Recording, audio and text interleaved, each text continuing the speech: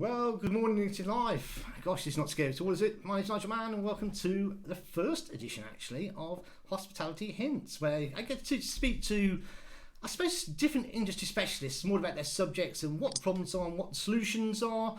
And, I guess basically sort of state the nation how we're going to put it right and their thought process. So, who have we got on today? What I want to talk today is about sales, but more importantly, the mice market and what we mean by the mice market. So first of all, let me introduce you to my co-host, Joe Kenny. Morning, Joe.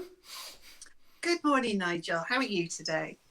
Fine, thank you. Fine. Well, what's it like with you? Where are you today? So I'm at home in Worcestershire, and it's a typical sort of early December morning here. It's a bit grey, bit dreary. Bracing ourselves for the cold weather over the next few days, I think. Yeah, I think same here actually. It's actually Costerdale, Birmingham, that little fishing village, as you know. Yeah, and it's pretty mucky out there as well, I must admit. So guys, usual sort of bits really. If you've basically got any questions, pop them in the comments below. Pop a QB for it. We'll say hello to a few people as they come through. So I know a few people are going to come through at the moment. Let's just say hello to a few people. Morning from lovely Oxford. Morning, Kev. How you doing? Mr. Blair, how the devil are you? Guys coming through as well. Morning, Nigel. Morning, Joe. Morning, Guy. How you doing? Yeah, hope you're enjoying your stock takes, sir. Yeah. So, let me get on with the show. Lots of people going to come through and we'll come back to that. Oh, hang on.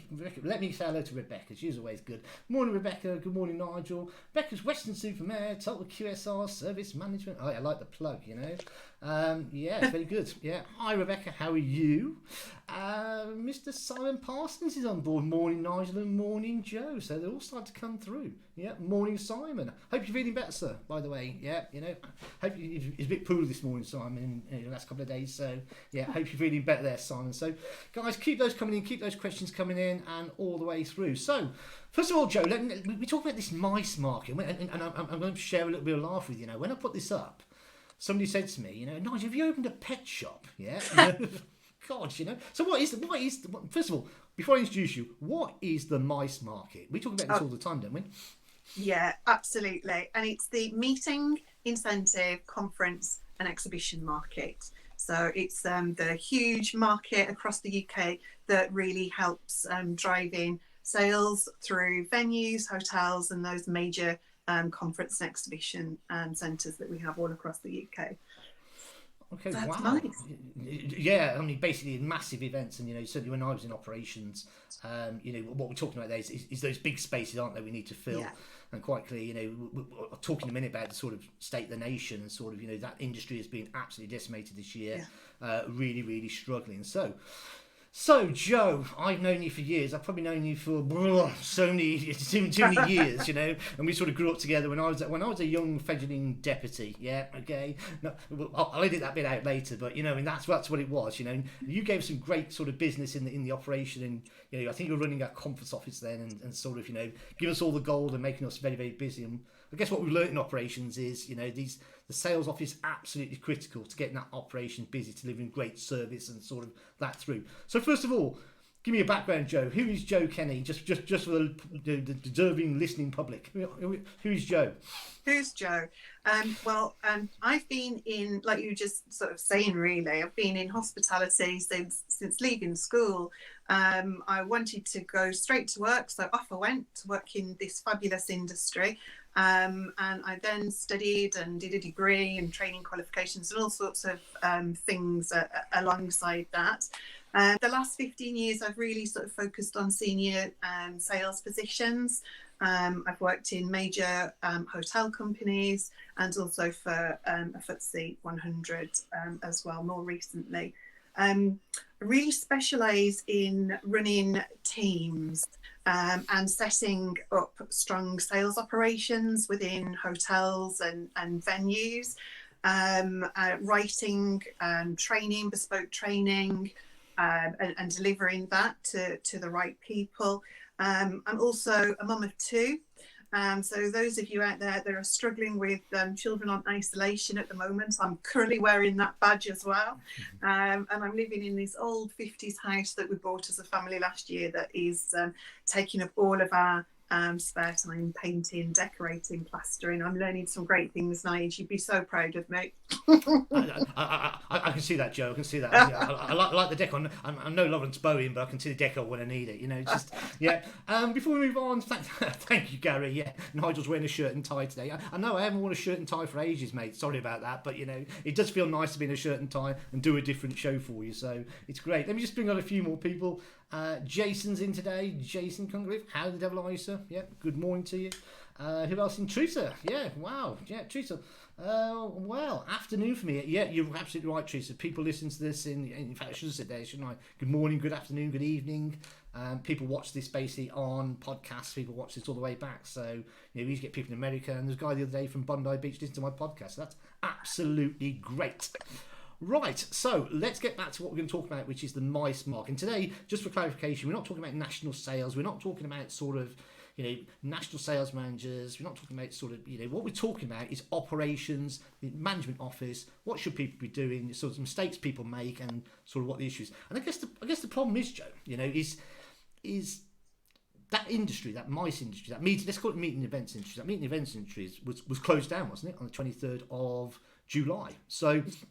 You know, people in the business, I mean, absolutely shocking, really. And, you know, I want to cut through the noise because, you know, people haven't had any revenue since probably the 23rd of March, you know. So the weddings market, the sort of, you know, as I say, that big space for me is the, you know, we need to fill it, yeah. You know, and if you're not filling that space, I mean, let's face it, you know, Christmas, for example, prime time where people are partying, and for the hospitality industry, it's the most prosperous time of the year. Yeah. Where now we should be doing party night, you know, lunches, party night. People are eating out in restaurants, people are creating memories, and it's not there anymore, is it? So, you know, I guess basically, you know, it's not going to be there. I mean, Boris hasn't given us a date, so, you know, we're sort of working into strategies and God knows what. But for me, and just going back to what you're going to talk about, sort of office, was we had to train our people, didn't we? How do we train the people? How do we get the office set up? Because I'm a GM, I sat on the board and going, right, we need sales guys, go and get it for me, you know? So how did you set it up? What was your sort of process there? Just talk me through that. Well, I guess to touch on sort of a report that I've read recently, I'm sure a lot of other people have read it too, the PricewaterhouseCoopers sort of 2021 forecast. They've been talking about the fact that, you know, in this industry, when we want to cut costs, a lot of that is our people, you know, our number one sort of expense, and I understand that. And then also training as well. Any training or any development for our people is stopped as well. And I guess what they're saying is what I believe is that we need to make sure that we are still training our people and briefing them well and giving them all the tools to do their job. When it does come back, we will need the right people around us that are really flexible and can jump from one role to the next really quite nimbly. They've got the experience and the skills and the empowerment to be able to do that. So I think us as leaders and support companies within hospitality, we need to make sure we're doing everything that we can and having all the tools available to help these people get back up and running. And whether that's, you know, creating new packages, refreshing capacities and dimensions in line with latest guidance, all these type of things that we will need to do very quickly to be able to drive inquiries and get those conversions in again. But it's going to be really tricky because we're going to have to constantly review our strategy over the next 12 to 18 months. You know, from 1 month to the next, 1 week to the next, it's going to vary depending on the government guidelines that we have in our areas. You know, they can increase and decrease. And so we have to be flexible and nimble, and we have to have really great, excellent communication within our businesses to make sure we know exactly what's going on. And to that end, not just within our businesses, but actually in our marketplace with our competitors, Chamber of Commerce, local, government bodies, all these type of things. We all have to work together to get through this and come out the other end, Nige, don't we? We do. And I think now is the time to strategise, isn't it? Now is the time to basically, let's face it, the vaccine, I've said this many times, the vaccine, it's just been announced this morning actually, the Pfizer, the UK government have basically announced that basically, it's their first vaccine, sort of 20,000 sort of doses coming across in the next few days, and then we start the vaccine. But I guess basically from the hospitality point of view, we're not going to really get going, are we, until Easter, let's face it, by the time that rolls in, get through to the summer, and then basically come to sort of any sort of normality this time this year. So I guess what you're saying there is those businesses that are strategizing now, getting the teams right, getting them trained, are going to basically put the foundations in, if you like, to basically get the business, to reap the business when it comes back. And I suppose now's the time to do it, Joe. Is that right? Yeah, absolutely, Nigel. Making sure that these teams feel invested in. Can you imagine? I mean, you and I have worked together for many years, and can you imagine how we would have felt at that very young age, coming into this industry and then being put onto furlough for 8 months, or having lost a job? You feel very vulnerable, and so it's important that we reassure our teams that there is still a career in this fantastic industry. There are still things that we can do and can be done. And as leaders, we need to be monitoring lead times and looking at the measurement and the analysis of our businesses on a daily and a weekly basis to see what's happening. So when are the market segments, the customers within the market segments in which we operate, when are those customers inquiring, and what are they inquiring for? So monitoring those inquiries, monitoring conversions, who is converting, what percentage of our business is coming from where, and what can we do? How can we follow up on lost business? Why do we lose a piece of business? Because there's a big piece of work around that. If you've received an inquiry that is a perfect inquiry for your business, but it's gone elsewhere, what haven't you done in your sales process to reassure that customer that you're the perfect solution, the perfect venue to host that really important event for them?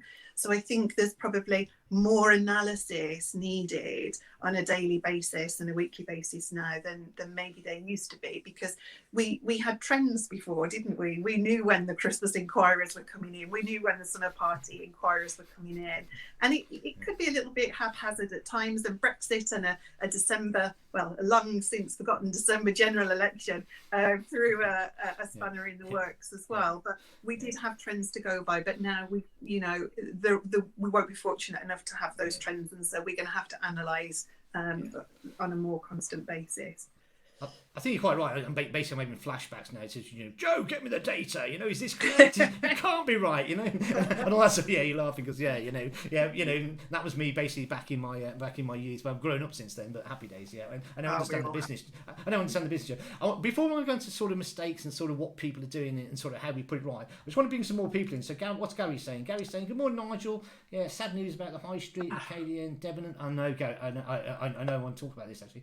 I don't think we should underestimate the importance of the High Street and events, conference, visitors, part of the destination, overall experience. What's Joe's view on this? Okay, so Joe, very quickly, Gary's talking about sort of visitor spend, domestic market, this sort of retail market. We saw Acadia yesterday with Top Shop, and then obviously Debenhams later on the day. There's another 26,000 jobs gone. So any views on that? Any views on sort of well, the top of this one?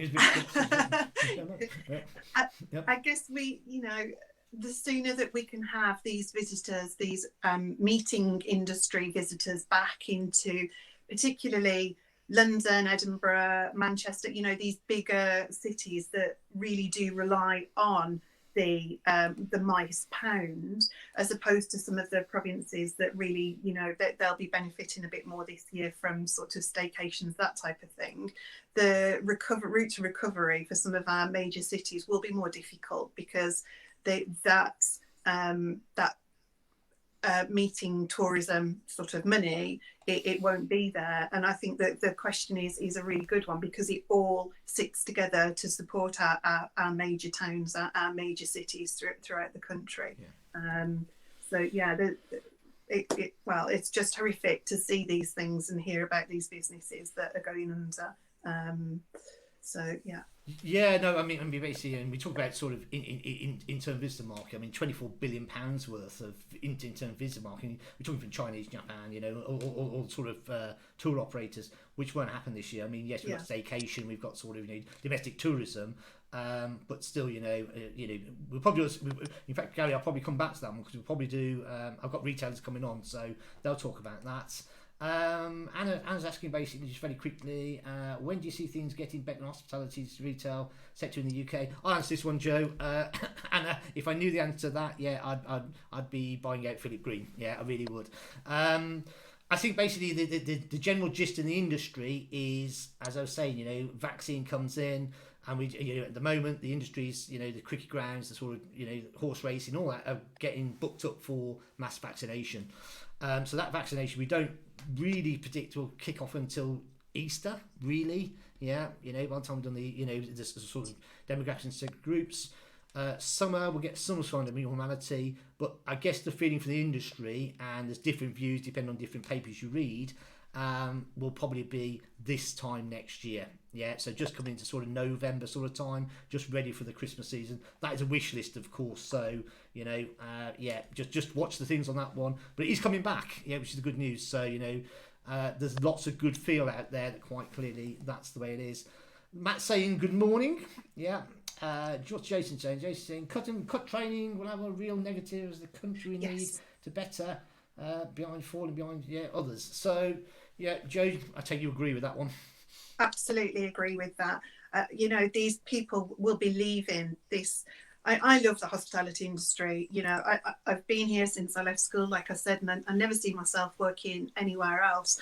But those young people that are leaving the industry now, and not just young people, disillusioned people are leaving the industry, and maybe they will find a better sort of remuneration package. Maybe they will, and maybe they won't come back. And as an industry, we're losing so much experience, so much knowledge, and it's desperately sad. And it's really important to train and to develop our people so that they know that they have a home here and that there is a career here, and then we can benefit from all of that experience as we try to get ourselves back on track. So Jason, yeah, I agree with that.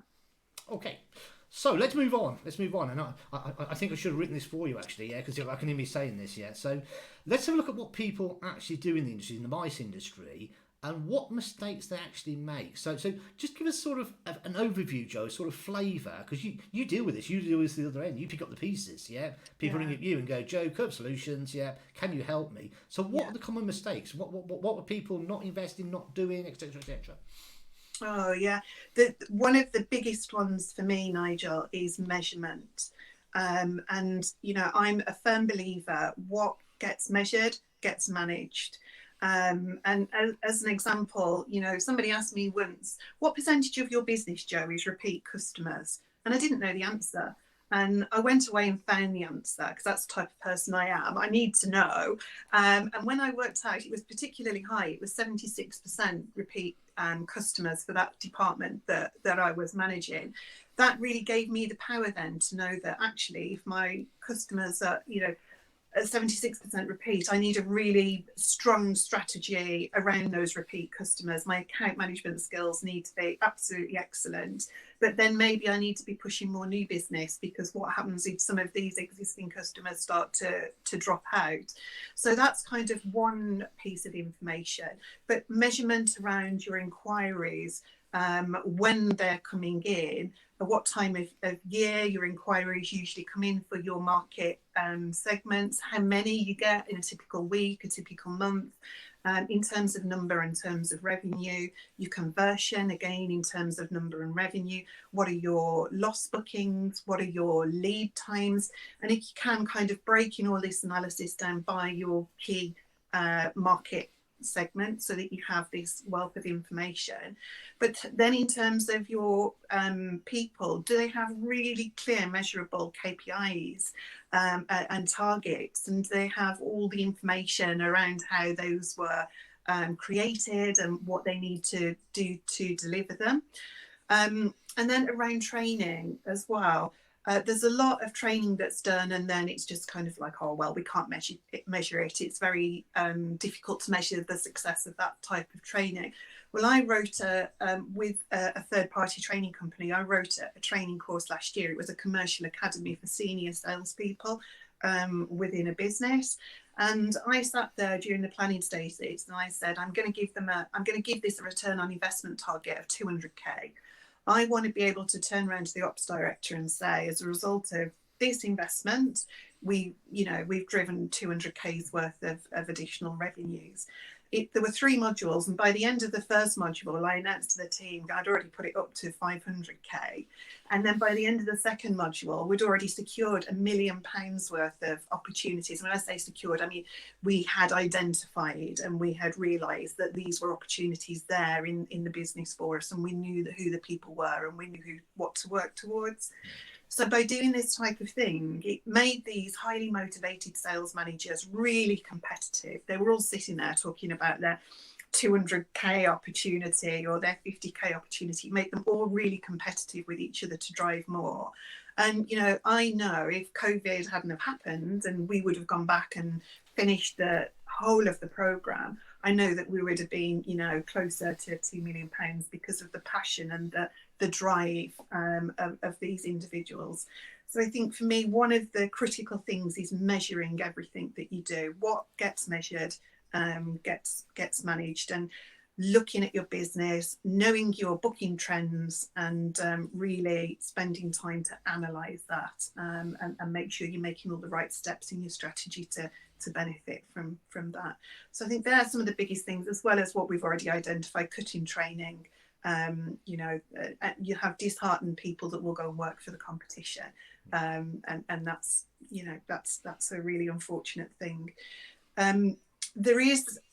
We do rely on our remote sellers as well, so business development managers out on the road, that type of thing. We rely on them to do a great job, but sometimes they actually need somebody to go out on the road and accompany them and do that appointment with them and help them realise what maybe opportunity they missed in somehow, or how they could adapt their approach slightly. So time poor leaders very often need a little bit support around doing that type of thing too.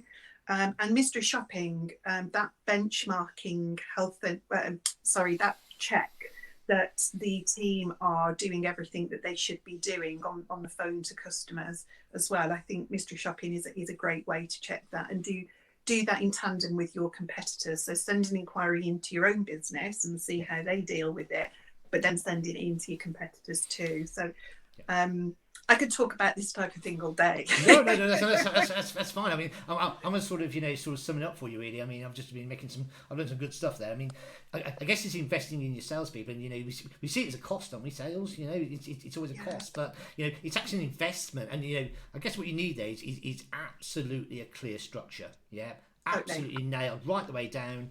And I guess the one thing you mentioned there is clear measurement. Guys. As managers, we're all for go and get the sales, yeah. And then you go, well, what did you get? Well, I didn't get anything. Well, you didn't measure me. You didn't basically ask me to do that, yeah. I've got you £500,000, and in my head, as an investor or as an owner or as a board director, I've basically got £32 million, yeah. So it's about setting that expectation. It's about investing in your people. It's about basically having a clear structure, yeah. And it's about that clear measurement, yeah. So everyone's off the same page. Let's just, before we move on, and it's a fascinating subject. I talk about sort of future considerations, things like that. Let me just bring up some people, just see what they're saying. So John Benson Smith is saying, very cheap to keep customers you already deal with, as bloody expensive to start again. Yeah. Do you know? Right. Nigel, that's a really important point. And the last business that I worked in, we predominantly focused on our existing customers and getting to know more people within those businesses, and also getting those people to get us referred onto colleagues and other counterparts within the business. It is expensive to start again on your sales platform. It absolutely is. So those ones that we've been working with may now need some reprofiling for us to understand their requirements a little bit better. But we still have a foot in the door, and that's really important. I'm not going to nick his line. I mean, he owns it. So John Benson Smith does the show with me on the Tuesday. Yeah, he did one yesterday. Thank you, John. And he talks about basically as competitors, I want to know their bloody dentist. Yeah, you know, I want to get right underneath the skin. So, you know, I love that line. Yeah, I'm going to, you know, I'm writing a book at the moment, so I'm going to put that in the chapter. I'm going to nick that from you. I'll talk about that later. But he's absolutely right, though, isn't he? I mean, you know, we spend all this money on sales, and invest in teams, and getting them into the business, you know. And then we lose them, yeah, and it's very, very expensive. I mean, what was the stat we sort of brought out? You know, it's 20 times more expensive to go out and get a new customer than it is to basically look after the customers you've got. So, you know, get to know them, get to understand their skin, get to know the children, get to know what colour curtains they've got, you know. Yeah, absolutely get to know them on a one-to-one basis, so they're booking you, I guess. Is that right? Yeah, and there's a really handy little rule, and somebody taught this to me many years ago, and it's always make sure that you know more than 2 people that work within your customer's business, and always make sure that they know more than 2 people within your business. And that's so that if somebody leaves, you know, you've still got that strong connection there, and there's trust, and there's a really good rooted relationship. And so, you know, a minimum of 2 people, I think that's a really good rule to have. Cool, no problem at all. So, let me see. Jason says basically, my thoughts are to make the towns famous for what they are known. Instead of the same on Torres Street, they think the community and demographics. Yeah, I think that's relating back to Gary's talking about the high street, isn't it? Sort of. Yeah. You know? And you're absolutely right in what you're saying there, Jason. You know, it's yeah, we've got to make them famous again, haven't we? Yeah, you know, we've got to get that basic tourism back and that domestic market back. So, you know. Right, okay, let me just have a look. I'm just looking through the list. So, you know, lots going on, which is great, by the way, guys. Lots going on sort of in the feed, sort of talking to each other. Brilliant. Yeah, absolutely fantastic. You know, people basically being the consultant, putting it right for the people. Fantastic, yeah, you know. This one's a bit of a long one. So, Saga made lots of people redundant after laying them off, yeah, because the COVID, and yet they're starting to average for new staff, yeah. This is not correct. And to cruise basically company and cover extras, bring people in. Yeah, I think you're absolutely right. I mean, you know, it's not for this show, to be quite honest, yeah, and it's not really a my sort of conversation. Trevor, just let you know with that one, we've got that coming up on the HR show, so, you know, HR broadcast. Yeah, just watch out for that one, because you're absolutely right. People are making people redundant, and then now we come into the back and think, oh my God, we cut the numbers too much, yeah, and we're bringing them back. Is it right? Is it wrong? Yeah, okay, that will be discussed basically in 2 weeks' time with HR. So, just going through a few more here. So, great info, yeah, from Hamid. Thank you very much, sir. Yeah, you know, Joe's a font of knowledge as normal. Yeah, what gets measured gets cut off. Yeah, I don't understand that one. What gets measured gets cut off. I don't understand that one. Perhaps the conversation after the broadcast with that one, Edgar. Send it to my email, and basically I don't quite understand there.